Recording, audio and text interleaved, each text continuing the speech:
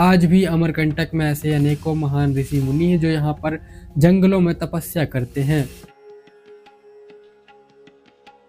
यहाँ पर भी एक महात्मा है जो कई वर्षों से यहाँ पर तपस्या कर रहे हैं। स्वामी जी, ये भी सुने कि आपको एक प्रकार से कई हजार भाषाओं का ज्ञान। हाँ। कितनी भाषाओं का ज्ञान?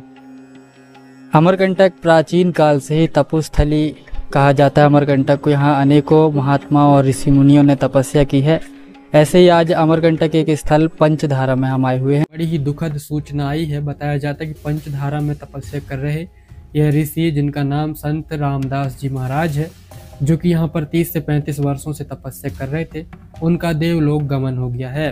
जी, परिक्रमा पूरी किया और फिर 12 ज्योतिर्लिंग के दर्शन किया।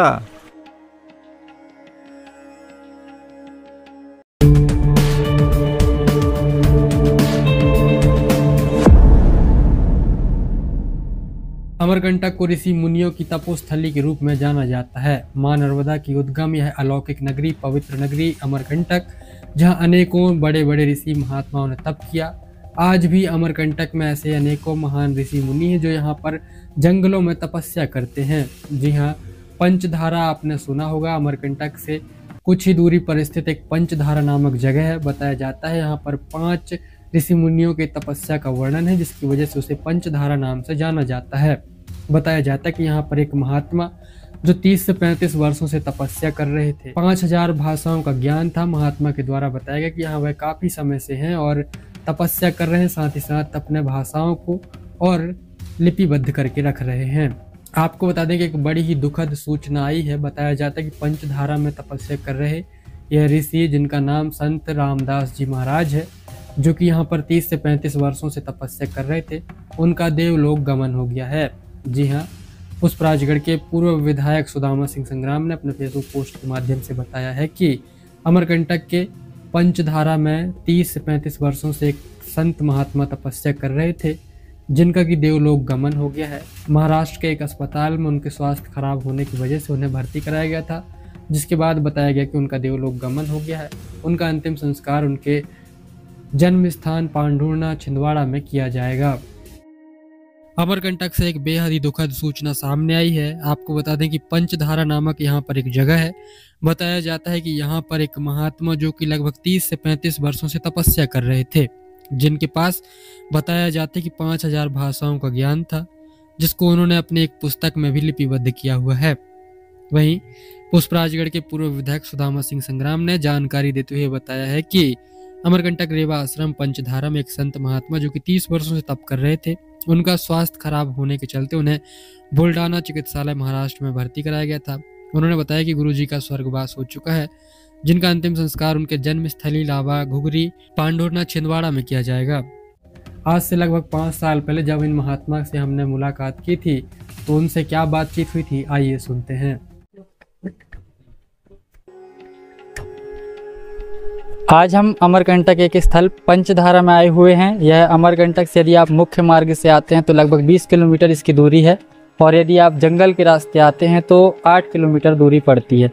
ये पूरा एरिया जंगल से चारों ओर से घिरा हुआ है, और कहते हैं अमरकंटक प्राचीन काल से ऋषि मुनियों की भूमि है, तपोस्थली रही है। कई महान ऋषि महात्माओं ने यहाँ पर तपस्या की है। ऐसे ही इस वीरान जंगल में पंचधारा में एक महात्मा निवास करते हैं और यहीं पर तप करते हुए अपना जीवन यापन कर रहे हैं। महात्मा जी को लगभग 5000 भाषाओं का ज्ञान है और उनके पास ये पूरा लिपिबद्ध है। और इस जगह के बारे में यदि आपको बताएं तो कहते हैं यहाँ 5 ऋषि मुनियों ने तपस्थली अपनी बनाई थी और तपस्या की थी, इस कारण से इस जगह का नाम पंचधारा रखा गया है।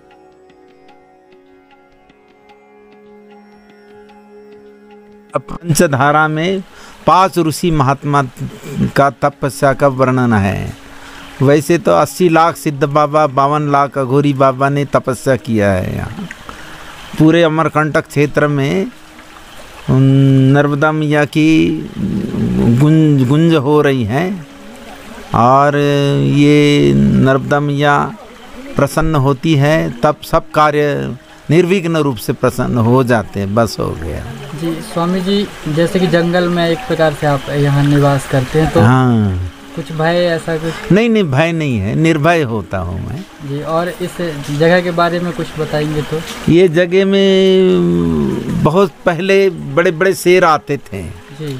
शेर है, रीछ है, और क्या बोलते हैं, हिरन है, सियार है, भालू है, आते थे और दर्शन दे के फिर चले जाते थे। जी। स्वामी जी कितने वर्षों से निवास कर रहे हैं? यहाँ 30 साल से निवास कर रहा हूँ मैं। जी।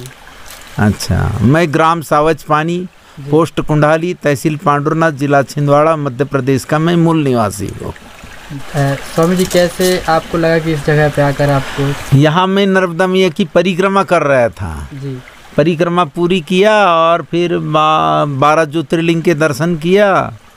फिर बाद में मेरे को यही स्थान अच्छा लगा, निर्मल लगा और पवित्र लगा, और मैं ये सोचा कि ये जगह में साधना कर लूँ और सफल हो जाऊंगा। ऐसा करके ये जगह में वर्तमान में रह रहा हूँ मैं। जी। स्वामी जी इस जगह पर पर्यटकों को किस प्रकार आना जाना होता है? पर्यटक लोग आते हैं ऐसे जी। घूमने फिरने के लिए, दर्शन देते हैं, और इधर बहुत कम आते हैं, कम रूप में आते हैं। जानकारी के अभाव में? हाँ, जानकारी नहीं है। हाँ, जानकारी नहीं है, ऐसा बस हो गया। स्वामी जी ये भी सुने कि आपको एक प्रकार से कई हजार भाषाओं का ज्ञान? हाँ। कितनी भाषाओं का ज्ञान है? 5000 पूरी भाषा को मैंने प्राप्त किया था भगवती की कृपा से। जी। और ये कार्यक्रम कुछ दिन के बाद में फिर लागू होगा, पूरे धरती पे लागू होगा। फिर 5000 भाषा में हमारा वक्तव्य होगा, और इच्छा शक्ति अनुसार फिर वहाँ जाएंगे, वहाँ का संभाषण करेंगे, और वहाँ प्रवचन होगा, ऐसा हो।